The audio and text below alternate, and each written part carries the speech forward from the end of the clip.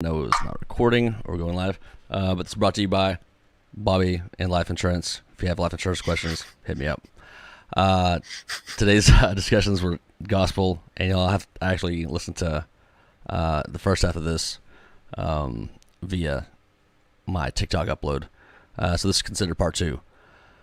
So you're discussing how you need to be prepped for having discussions on social media or in life with the Bible. Yeah, and this kind of bleeds into the do hard things section, but people don't like to put in the work. Well, that's kind of true for anything in life, isn't it? Yeah, it is. Yeah. That's a problem. Well, think about how many people like start out playing guitar, or Right. So I play guitar, you play violin, but we've been doing it for I've been doing it 15 years, probably 10 or 15. You've been doing it much longer, 20 I years. started since I was 5, and I'm 25, 26 years in. Yeah,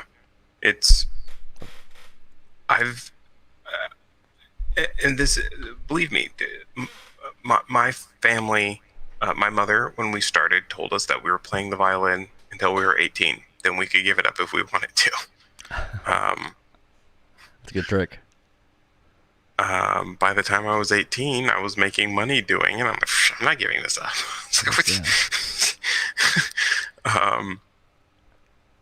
So I mean, but it's a life skill. Like, I can play at my church now. My wife also plays, so it's that's how we met. It's doing hard thing. Like, there were times where there were times I did scream and yell because I didn't want to practice, right? I remember this one performance that we were doing. It was a Broadway review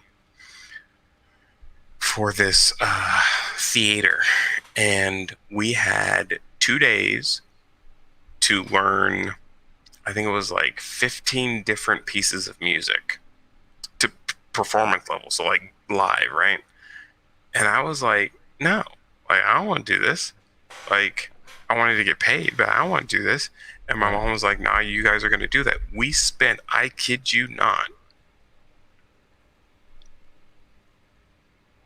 8 hours, if not more, in our downstairs room.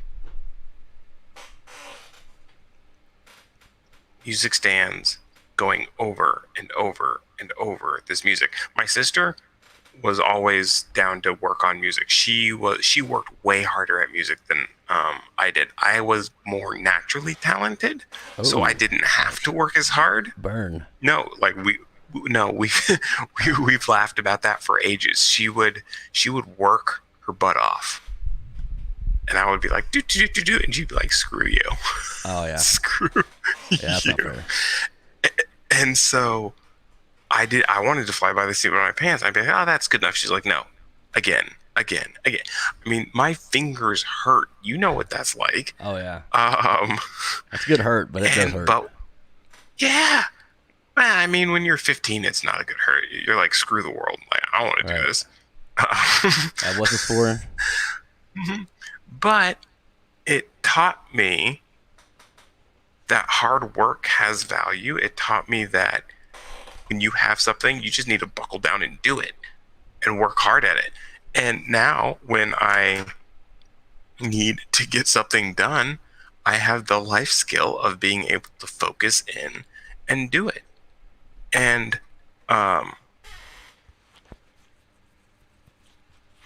everybody has their hurdles to overcome, but I mean, there's no reason to sing a sob story or do any of these things. Just do it. Like, but it's difficult. It takes time. I know. No one understands. When people don't understand why you're putting so much time into something, that's usually when you know you're doing something right.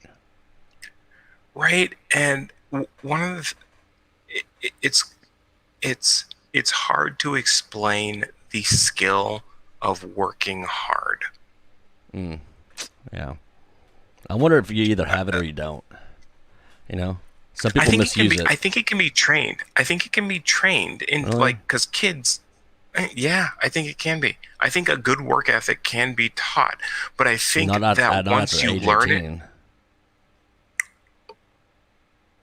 I think you're right. I think it's harder to do it, but I wouldn't say it's impossible max. Because the military does some amazing things. Yeah, well, that's what this come back to. So I was 25 when I went to the Army. In my mindset, that was like the edge of my mindset being able to be changed.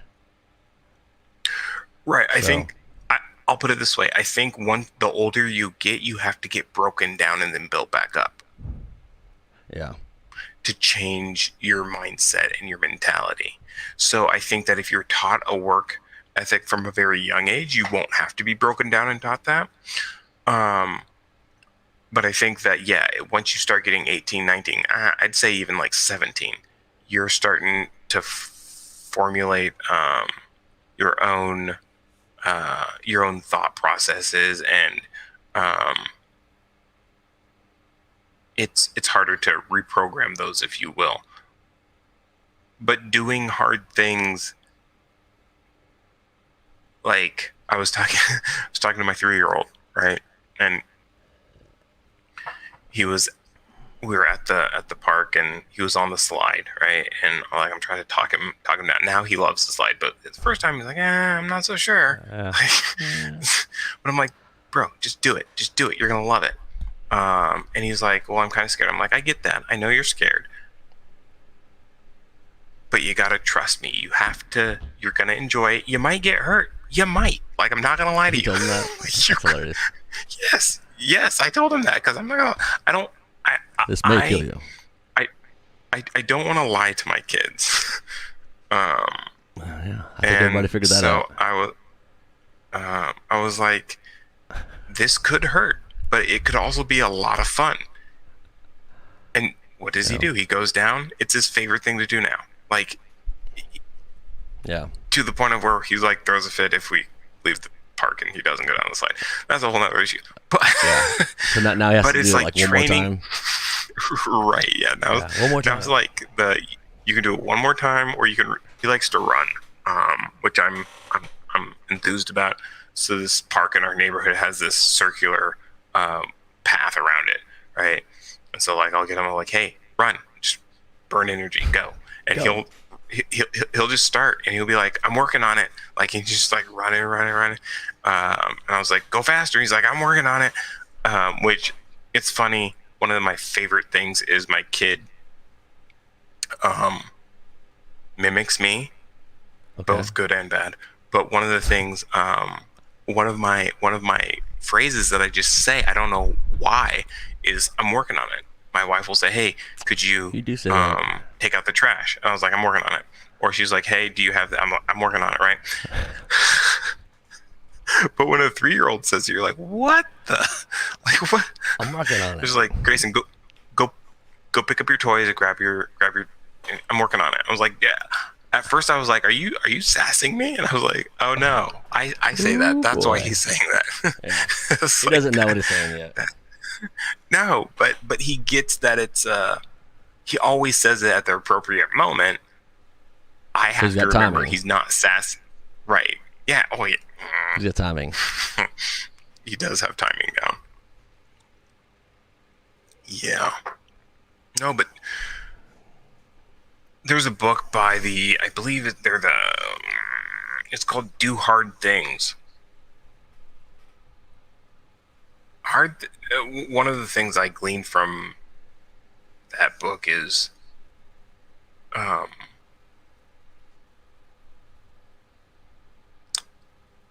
hard things sometimes take time. And in today's society, what don't we have a lot of? It's time. We tell ourselves that. Right. So I would argue we don't have a lot of time, no matter what your take on that is. You have to make time for the things that are important. You have 24 hours in the day. 7 to 8 of those you're going to be sleeping. That leaves you with 16 hours in a day if you're right? If you have a job, 8 of those you're going to be working, so that leaves you 8 hours in a day. Hour for Wait, did I do traveling. that right?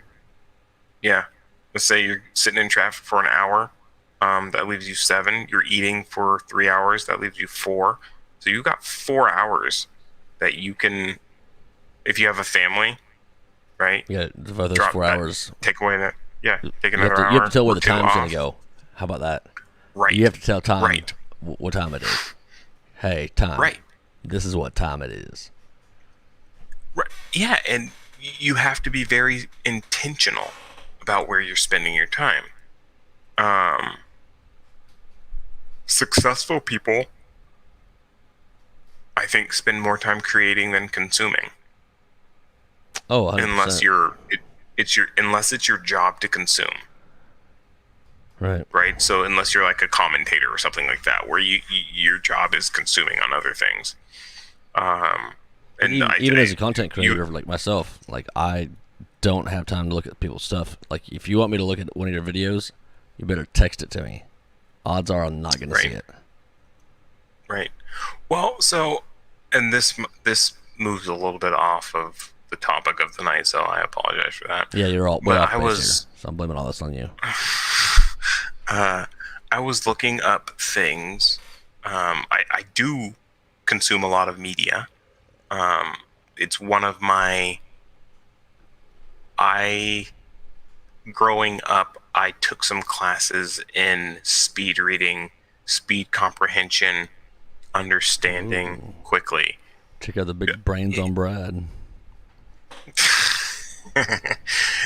Honestly, it was something my mom wanted me to do. I was not a huge fan at the time, but it has benefits.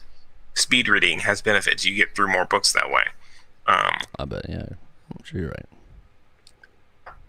Comprehension, like you understand things faster. It's not saying other people won't. You just get there faster, so you have more time to think about it, and you can consume more. And so I think one of the things I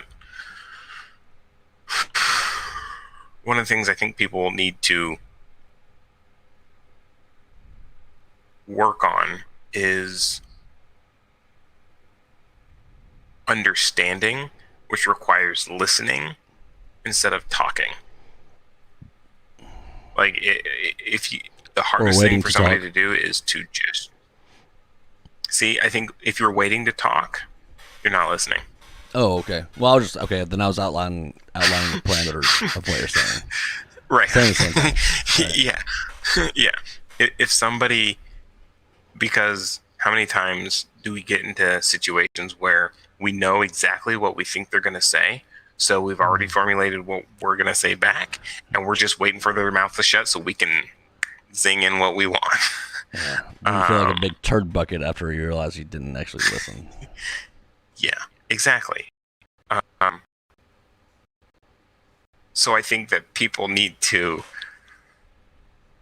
listen. Like, for example, when you're listening to a politician, listen to what he's saying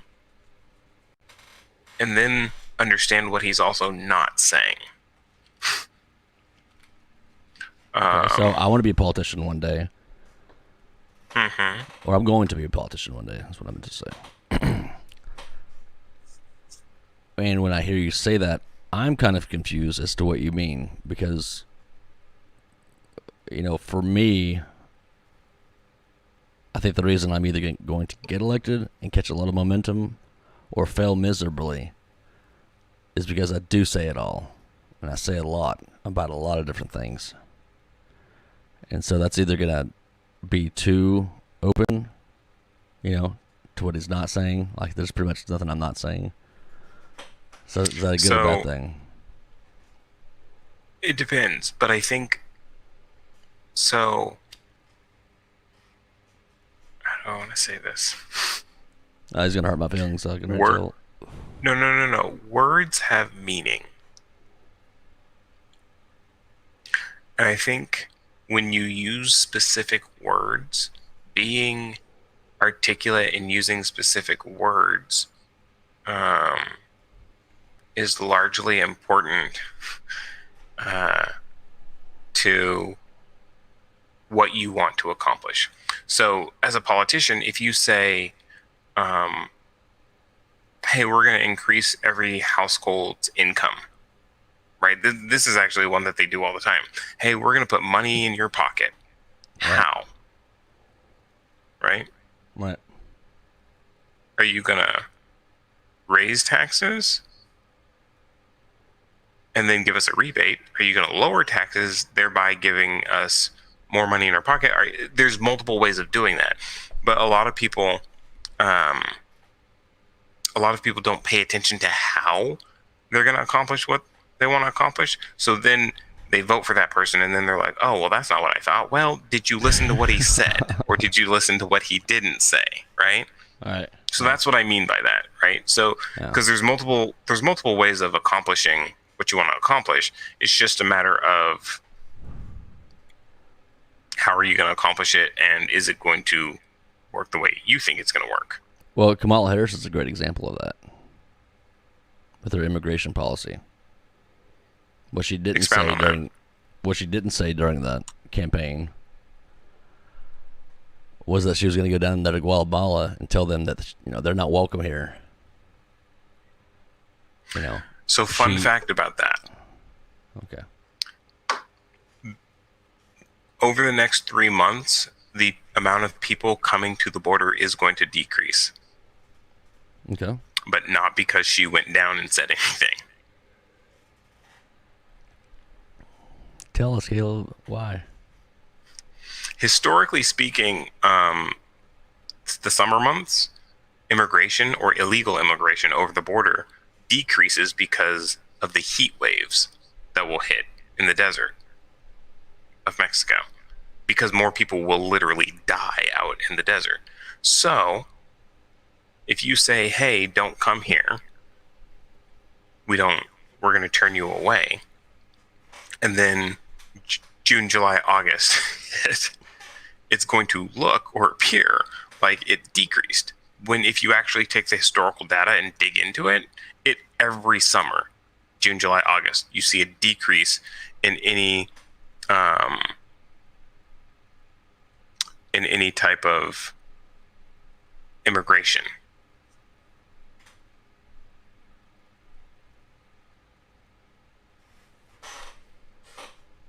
So she went to Guatemala. Okay. She said what she said, and you're going to see a decrease, and she's going to take credit for it because what she said. But it's historical. It would have decreased no matter what. So it's opportune timing as far as I'm concerned. Yeah. So for me, when you talked about carrying the gospel, I think that the best way to do it is to where, you have to look at it as like being a salesman for Jesus. Or some people should. How about this? Some people should. People that say more about that. So it's not that you're when I say salesman, you're a disciple, right?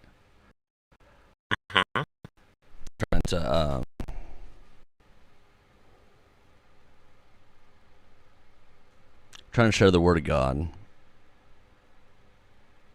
and the best way to do that, to me, in my experience of sales, is have people come ask you about it instead of telling them. But you're talking about it, you're talking about Jesus, in your podcast, or talking about Jesus at work, or saying I'm going to church with my family. You don't hide it, right? And if you do save somebody, let your friends know, like, hey, I saved this guy. Put it on Facebook. Sure. I wouldn't say I saved this guy, but oh, I'm sorry. Yeah, I'm sorry. Man, that sounds terrible. It's getting hot in here now. So Jesus, just a minor detail. This is why it's gonna be a rough run political office. No, I mean, it's. Yes, I agree with you. You should be talking about Jesus in your day-to-day life, you should not be hiding the fact that you are a Christian. In fact, I think you're doing yourself a great disservice if you aren't, because then people will assume certain things about you that aren't true. I also think that should the opportunity arise, you should be asking people about what they believe in. And politely, and here, politely, gently, lovingly challenging the expectations and assumptions that they're making on the world. Okay, I like it. Because if I were to come to you and say, "Hey, Bobby," or for example, tragic event happens, doesn't matter what, and you're like, "Oh, wow, that was really tragic." Why was that tragic? Just asking questions. I don't have to say anything or put anything out there. Just literally asking questions. One of my favorite methods of apologetics is what's called the Columbo method. And for anybody that is old enough and remembers the old show Columbo, all he used to do is ask questions. He was a detective. That's kind of like the Socrates method, or the Plato method, right? Yeah. Yeah. You just ask questions. And people literally will be like, well, this, and they'll explain themselves to where they should be because it's logical. And you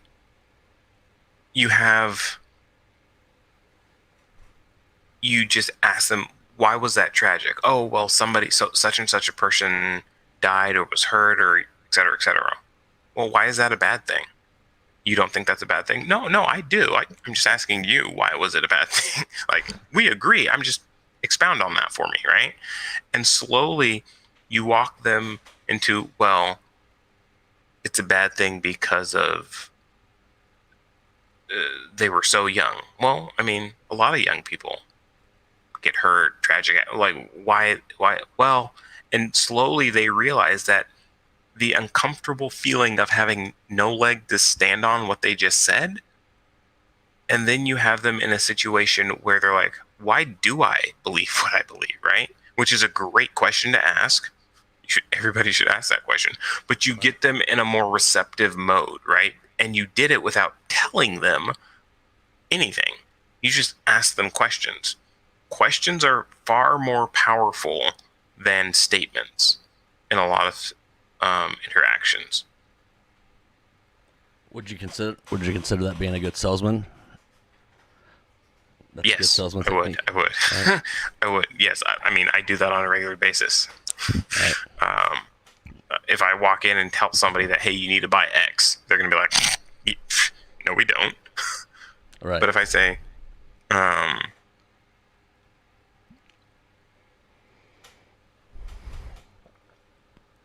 Emily Moore's asking, tell me how your religion has any better answer for problems other than any other religion out there. Well, do you want to take that one, Caleb, or I got it if you don't? You take it. I'll ping off of you. You're okay. The host. So I would say to that, Emily, I don't think that large scale, when it comes to my religion's better than this other religion, because there's an old proverb or I guess saying, whatever you want to call it, that's stay busy enough keeping up your front yard, keeping your grass mowed, your flowers blooming. Everything's so perfect in your yard that you don't have time to look at your neighbor's yard.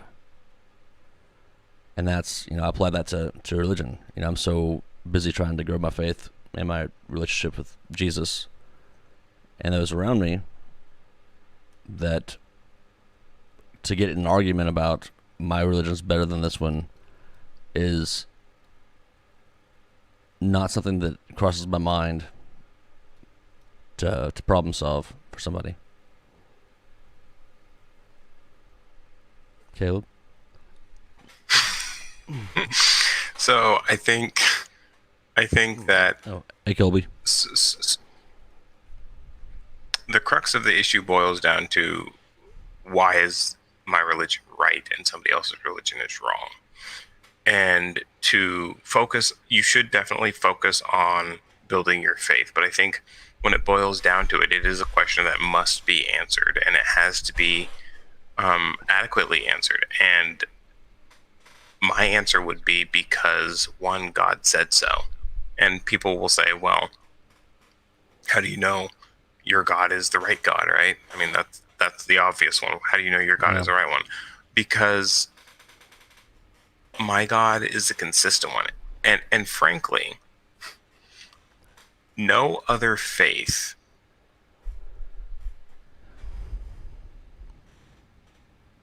goes out to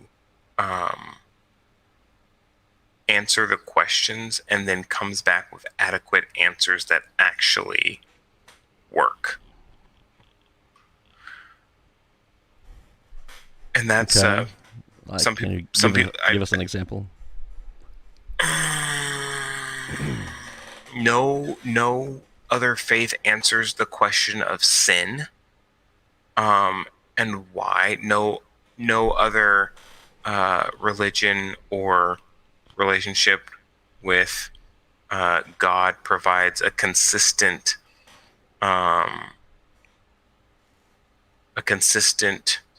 answer. Let me rephrase that. No other religion is consistent with the reality that we see around us. So we see sin in the world. Christianity explains why there's sin in the world, and it explains why it's wrong. It explains why everybody in the world knows it's wrong. It explains how you can be saved from the wages, as the Bible put it, of sin, right? So Christianity goes above and beyond in explaining the intricacies that we see in ourselves, the intricacies that we see in the world. It's a historical faith that is rooted in the Word of God. So the evidence that's there for it is historical, not scientific. So one of my favorite things, and I was talking about this with one of my brothers the other day, and we were going back and forth on it. But it was the idea that, so the theory of evolution, right? Yep. It states that it's scientific, right? Well, what is science, right? Yeah. Where are you going? It's kind of a trick question. Science is the repeatable. The scientific method is, you have a theory, you put it out there, and you repeat it to see if that theory works. Gravity, for example. We think the gravity is a law now because it's been proven. You drop a rock, boom, it falls. Okay, gravity. You drop a hammer, boom, it falls. You drop all of these different objects that fall. Okay, gravity is a rule, right? Evolution is a theory. So we evolved from monkeys, right? That's what people think that subscribe to evolution. How are you gonna prove that scientifically? You can't replicate it in a lab. Evolution, the theory of evolution, is a faith. Yeah, I'll agree with that. The theory of evolution is a faith. It's a historical. The Big Bang is historical. So is Christianity. It happened once. There are historical records of it, creation. It's rooted in history. It's not rooted in science. Hold on. Okay, so Emily. So you say, tell me. I'm circling back. Yeah, you are. You're doing a great job. You said that For that to apply, I have to accept your worldview of sin and what is right or good. Okay, so what is something that you would think that I was say is wrong that you think is right?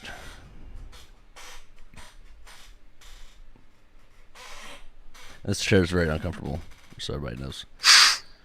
It's super squeaky too. I know. I love it.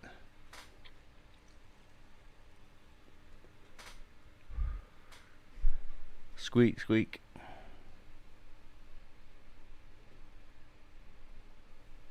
Waiting for your reply, Miss Emily Moore.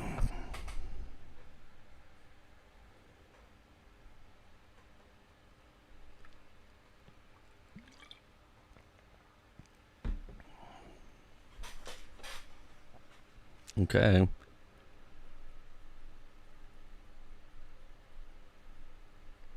Reba agreed with me. Reba Sue said, what in the Bible is debatable that is sin? Yeah, I mean, I don't know what could be debatable, really.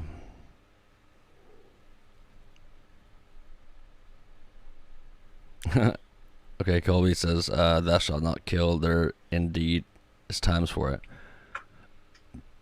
Yeah, we're talking about murder, though, in my opinion. There it is. So the original Greek and Hebrew actually say murder, which is the wrongful taking of someone's life. If killing were a sin, you would have a serious issue with God telling the Israelites to wipe out a bunch of people. Mm-hmm. Which again circles back to my whole, the Bible is R-rated. People forget that. Yeah. Oh, Emily says she's replied a couple times, but it's somehow not coming in the track. All right. Well, I'm gonna have to end it there. I have a really busy day tomorrow, and my camera just froze. Whoops. So let's pick back up on this next Wednesday on the Blue Falcon podcast. Wednesday Wisdoms. Oh, every other week. So not next Wednesday, but the following Wednesday. Nailed it. All right, guys. Thanks for watching. Caleb, I'll let you say last piece. No, man, I appreciate the time. I think if nothing else, it's good to have a conversation. Yeah. I agree, especially with you. Thanks, man. All right. Here we go. Music outro.